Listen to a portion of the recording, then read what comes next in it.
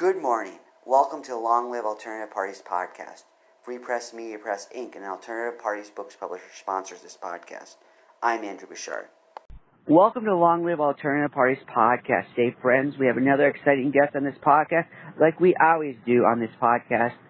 Her name is Lynn Serpe, and she's been involved in this political space in a number of ways. She's been involved in nonpartisan reform efforts and also with the Green Party. So welcome to the podcast, Lynn. Thanks so much for having me, Andrew. I was excited to learn this podcast existed. We're glad to have you, Lynn. So let us get started by you kindly giving us an introduction to yourself, a brief biographical sketch. Sure. So I have been a Green Party member for nearly 30 years, since 1994, and became a voting system reform advocate shortly after that. Basically, once I discovered the problems with our two-party system and the fact that there are solutions.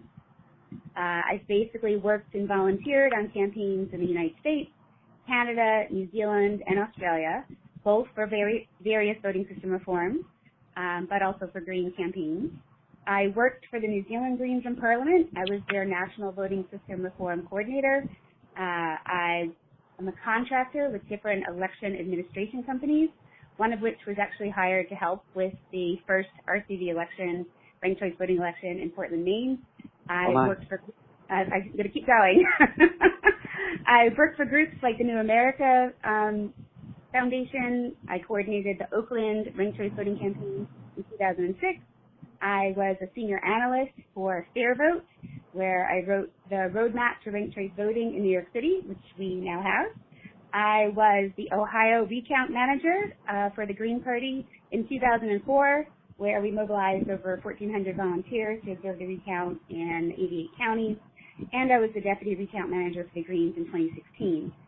So I come from multi-party democracy, voting system reform, dismantling the two-party system from lots of different angles. I have a range of experiences, and the big thing that I tell people all the time is that based on my time both working for voting system reforms, working for Greens who have gotten elected, and that I can definitively state that I believe that multi-party democracy with diverse viewpoints around the legislative table makes better public policy. To me, the two-party system is the problem, but there are solutions, and of course, let's be clear, both the Democratic and Republican parties know what they are and have chosen, for the most part, to ignore them, but instead point fingers at third parties and independent parties. Yes, like you suggested, you do. Sounds like you have a wealth of experience. A lot of things we can talk about. That would be great. So given that you were involved in parties in other countries, that's something we don't usually hear on this podcast, people who did activism work in other countries. Do you have dual citizenship, or how does that work? So when I worked for the New Zealand Greens in Parliament, I had what was referred to as an indefinite returning residence visa. That was something that I had to apply for working with those who wanted to hire me, which were Green members of Parliament. And so that was my entree into working in a number of countries. As you might have noticed, most of the countries I mentioned are English-speaking Commonwealth or former Commonwealth countries, things like that. So, but that's also because, as you may or may not know, there are Green parties in nearly 100 countries around the world. There are Greens in national parliament in well over, I think, it changes constantly, of course, but let's say nearly 24 countries. People often have heard about Green parties in Europe, but there's people in national parliament in places like Rwanda, with the Green Party. Wow. All throughout Central and South America. So the fact is that there are Greens working on issues that are of global significance, right? Environmental issues, economic issues, social justice issues, issues of nonviolence. These are the four core pillars of the Green Party. And so the fact that we have Greens all over the world working on these issues is, I think, one of the biggest strengths for the Green Party as an alternative party. It means that when we talk about solutions, we're often looking at solutions that have been instigated and implemented by Greens in other countries.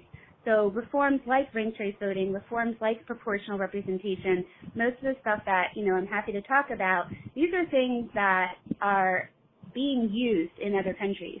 And I've had the privilege, I've been lucky enough to be able to go and work in these countries.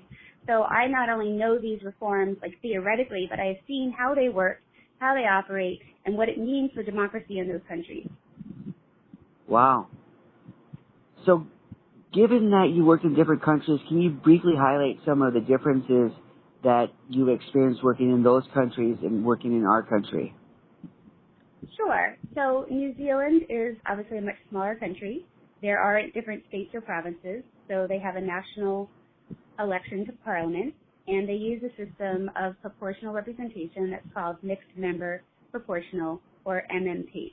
So I want to just define a few terms briefly for those who might be listening who don't know them. But a proportional voting system is basically one that elects representatives in proportion to level of support. So 10% of the vote, 10% of the seat is the rough idea. There are many, many ways to implement proportional representation. So there are different types of voting systems. In New Zealand, after a national referendum process, the voters chose a system that's referred to as MMP, mixed member proportional. That means when voters go to the polls, they get to cast two different votes. They vote one vote for their single member district electorate, that's what they call it, member of parliament, similar to what we do in the U.S., but then they also get to cast what's called a party vote. So you would vote for whatever party of your choice. And this allows for that proportionality that I talked about.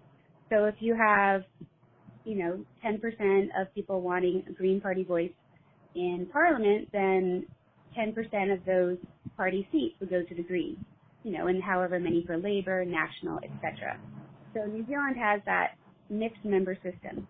What that means is that they have their single member electorate or district MPs who are tied to a small geographic location, and they have their party list MPs who are reflecting the diversity of opinions throughout the country. And so for me, that's a nice model.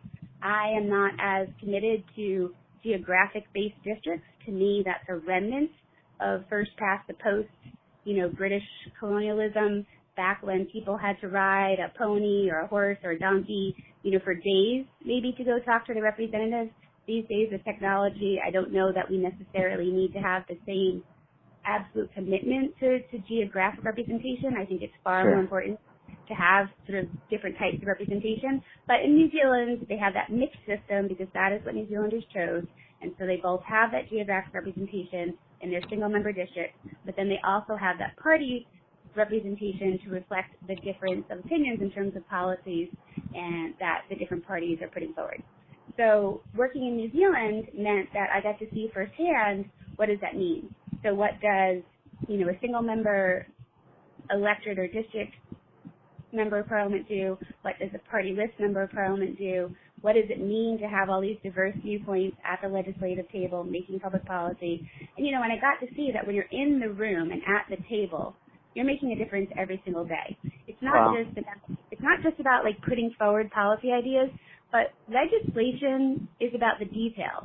A comma can make a difference, to whether something is going to have an impact on 400 people, 4,000 people, 4 million people. I mean, we hear all the time about backroom deals, right? So if you are left out, not just the backroom because the Greens aren't into that kind of thing, but if you are left out of that process, you don't have a voice. And all the people who supported you, all the people who voted for you, all the people who wanted to see that type of representation don't have a voice. So when you are able to be there, you're able to be there during the committee meetings and that entire process, you can really make a difference. That's what I've seen. That is why I am so passionate about these types of issues. Wow. So given that you've seen that work in New Zealand and the proportional representation, earlier you talked about how you were part of the process to get ranked choice voting into play. So it sounds like you have a great roadmap to get RCV into different cities and implement it in the United States. So how would we implement proportional representation in the United States, what do you think is the best way to do that? So as I mentioned, there's just different types of proportional representation. The one I described, MMP, is used in New Zealand, it's used in Germany, but a system that's also used is something that is growing in popularity in the United States, and one that we actually have a history of using back in the 30s and 40s. And that's basically proportional ranked choice voting. So ranked choice voting, I'll explain ranked choice voting as well. It's really simple. It's basically where the voter gets to rank the candidates in their order of preference. First choice, second choice, third choice, 1, 2, 3, and so on. So proportional ranked choice voting, which is referred to as PRCV, so ranked choice voting is RCV, proportional ranked choice voting is PRCV. The biggest difference is that PRCV is when you're using it for multi-member elections. So when you're electing multiple people at one time. Okay. So because I talked about this single member issue, when you have a single winner, you can't proportionally allocate a single winner. You either have one winner or you don't. So ranked choice voting in a single member seat means that the person who wins gets a majority of support, so over 50%, 50% plus 1. In proportional voting systems, your level of support will depend on how many open seats. So if there are 3 open seats, you need 25% of the vote plus 1 to get elected. If there's 4 open seats, you need 20% of the vote plus 1 to get elected, etc. That's where your proportionality kicks in. So there are many places around the United States where they have these multi-member seats. But what we think of them are basically, say, like at large. So if you have a city council that elects their members at large, you might be electing 7 people. Maybe it's staggered. Maybe it's 3 1 year and 4 2 years later. Maybe you elect all 7 all at once. You might have a mixed system. We do in New Orleans, where I live part of the year. We have single-member wards, and then we have 2 at-large members. So there's lots of different places in the U.S. that have an opportunity for us to use proportional ranked choice voting right now, as in there are already multi-member seats.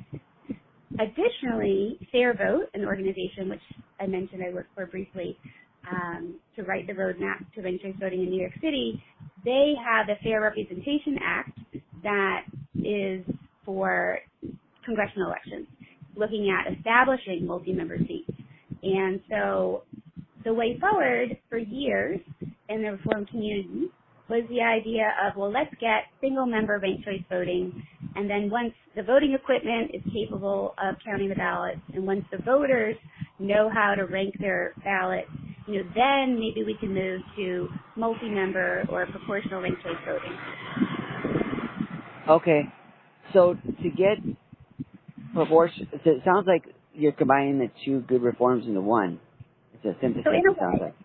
So in a way, because what happens is, like, for example, in Minneapolis, when Minneapolis put ranked choice voting on the ballot, they didn't differentiate single member or multi-member, because for the voter, it is exactly the same. You rank the candidates in your order of preference, first choice, second choice, and so on. But when Minneapolis put ranked choice voting on the ballot, they were looking at the election for city council, which is single member, and for their parks and recreation board, which was multi-member. So Minneapolis passed ranked choice voting, the voters supported ranked choice voting, and they have been using ranked choice voting for their council and park elections ever since. So that is one way forward. It's sort of tried and tested, and it's worked. In other places, people who are in municipalities where they already have that at-large system, they have tried to put ranked choice voting on the ballot. Other jurisdictions have single members. They tried to put ranked choice voting on the ballot. There's also a whole other way to get this, which is through the law, through the Voting Rights Act. The Voting Rights Act often wants to see proportional voting systems to address various challenges where you're seeing that even though there's a large diversity in a population, maybe some of those people are being left out. And so the Voting Rights Act often allows for proportional systems like ranked choice voting, proportional ranked choice voting, and cumulative voting, for example.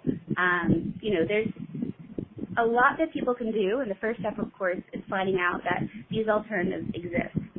And on that, I just want to point out, I started out the podcast saying that, these are solutions that both the Democrats and Republicans are well aware of.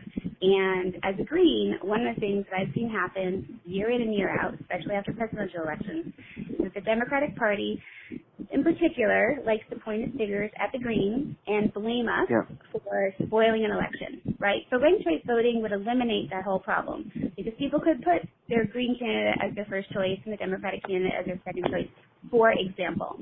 But rather than work towards that type of simple reform, the Democrats instead love to point fingers and blame the Greens. So it started back in, 2000 with Al Gore. Now, I have such a problem with this on so many levels. Besides the fact that ranked choice voting existed, my biggest problem is that the Democratic Party was able to spin this as a problem that the Greens caused. What they forgot to mention, and what basically for the last 20 years every single journalist has forgotten to mention, is the fact that Al Gore lost his home state of Tennessee. Tennessee had 11 electoral college votes, right? He lost the presidency by 5 electoral college votes. The Democrats love to point to Nader and Florida, but they just ignore the 11 electoral college votes that Al Gore lost to Tennessee. Al Gore had been a U.S. Senator in Tennessee. He had carried the statewide vote for 2 terms. His father had carried the statewide vote for, I think, almost 20 years. He loses Tennessee. He loses 11 electoral college votes. All of a sudden, who gets blamed? The Greens.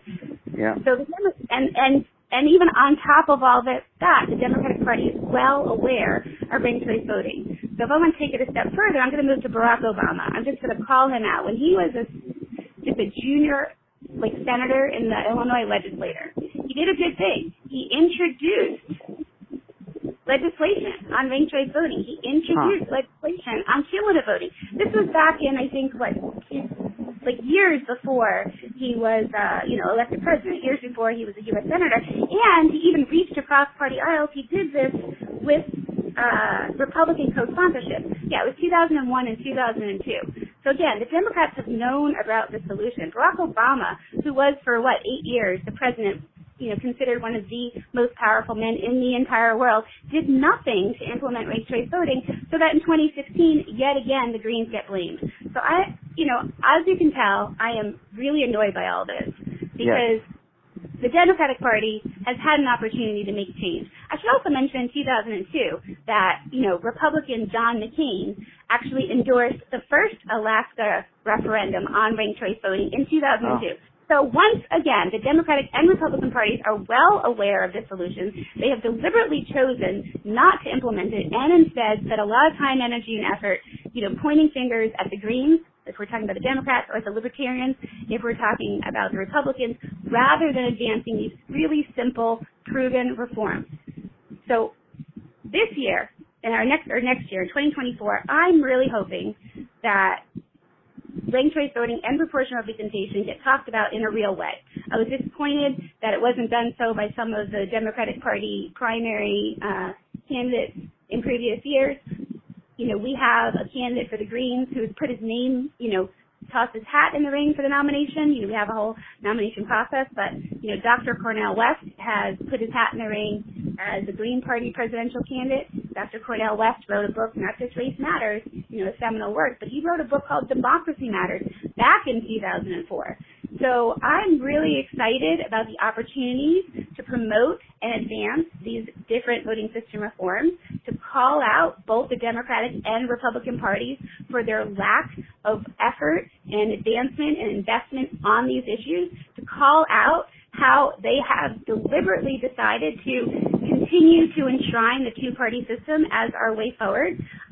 That's why I was so happy when I got your message about being on this podcast, because I think it's so important that people become informed and they understand that solutions do exist, solutions have been implemented, and that we can have something different in the United States. We can have multi-party democracy. Absolutely. Awesome. I hope we get it sooner rather than later. As do I.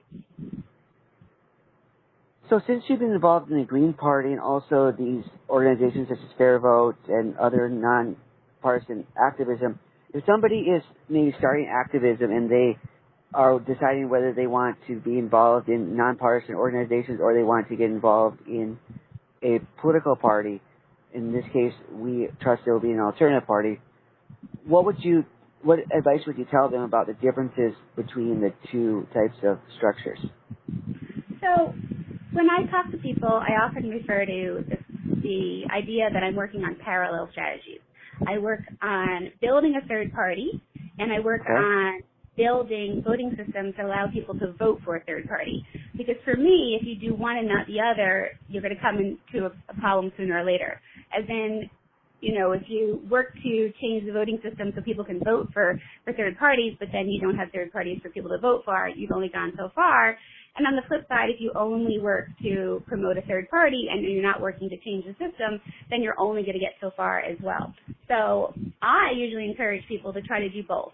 And while I have decided that the two-party system is the problem, and while I have decided that I do not want to try to make change within the Democratic Party, there are hundreds, if not thousands, of activists who have decided to do it differently. They have decided they're going inside the system to try to change the system from within. But as far as agents of change and sort of social change theory, you need people across the spectrum. You do need people who are inside the system, but then you need people who are outside the system. And for me, I've decided to be outside the system to work to change the system because I think that sometimes having that type of more single-minded focus can make a difference. So I just wanted to mention that because you talked about, encouraging people to look at third parties, which I absolutely do. But I also don't want to limit people. Some people want to, put their time, energy, attention on trying to shift or influence a major party. I think that will take you so far because in just two examples, I feel like I gave, very clear examples of why maybe working within a major party will only get you so far. But that certainly is a path forward. Groups like FairVote have been for over 3 decades really leading the way on these issues of voting system reforms, things like ranked choice voting, proportional representation, the National Popular Vote, the Fair Representation Act. I mean, there's quite a few issues that they are addressing, but they're probably the ones who have had that single-minded focus that I talked about. But there are a lot of groups that have been working on these issues. It's part of an umbrella for them. So, social media is a wonderful thing. If you type in ranked choice voting into Facebook, you'll probably get groups like ranked choice voting for Texas and ranked choice voting for Massachusetts and ranked choice voting for, you name it. So that's certainly one way to get involved if you want to get involved locally is go to Facebook, find a Facebook group. You can go to the FairVote website. Certainly, if you want to get involved with the Green Party, you can go to the gp.org, which is the Green Party website. I mentioned that I'm really excited about opportunities for next year, so I'm looking at personally trying to maybe work on something called Democracy Matters 2024, partially a little bit of that inspired by, Dr. Cornel West's book, Democracy Matters, and part of it's just I love the title, Democracy Matters. I still truly believe in the ideals of democracy, even though I think that the two major parties have failed us. So I think there's lots of ways to get involved.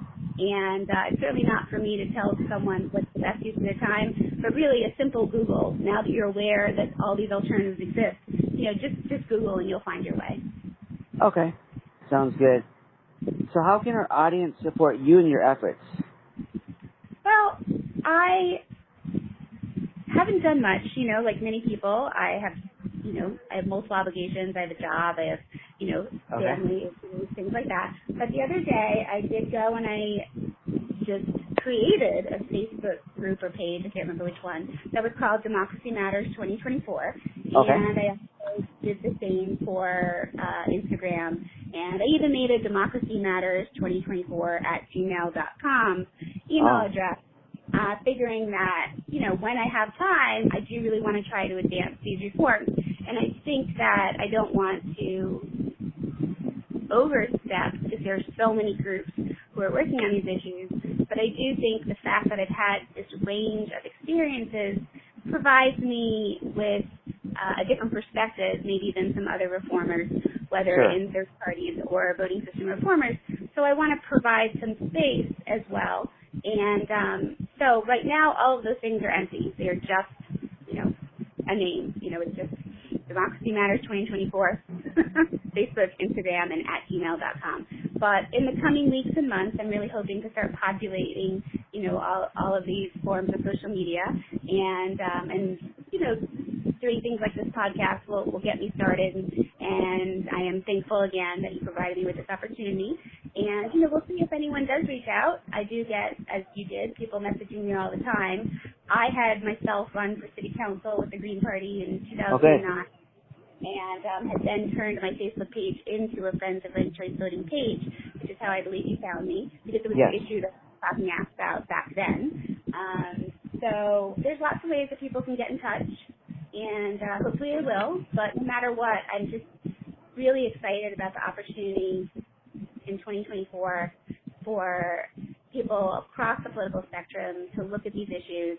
You know, every single study makes it really clear that independents, people who have chosen not to affiliate with the Democratic and Republican Party, are not only the largest block of voters out there, but they are growing and growing and growing. And studies and surveys and polls are showing that people are open to third parties perhaps more than they've been in decades. And that, to me, provides us an opportunity, because if things don't change, we're just going to keep going down a path that I don't see as a very positive one. Yes, well put. Well put.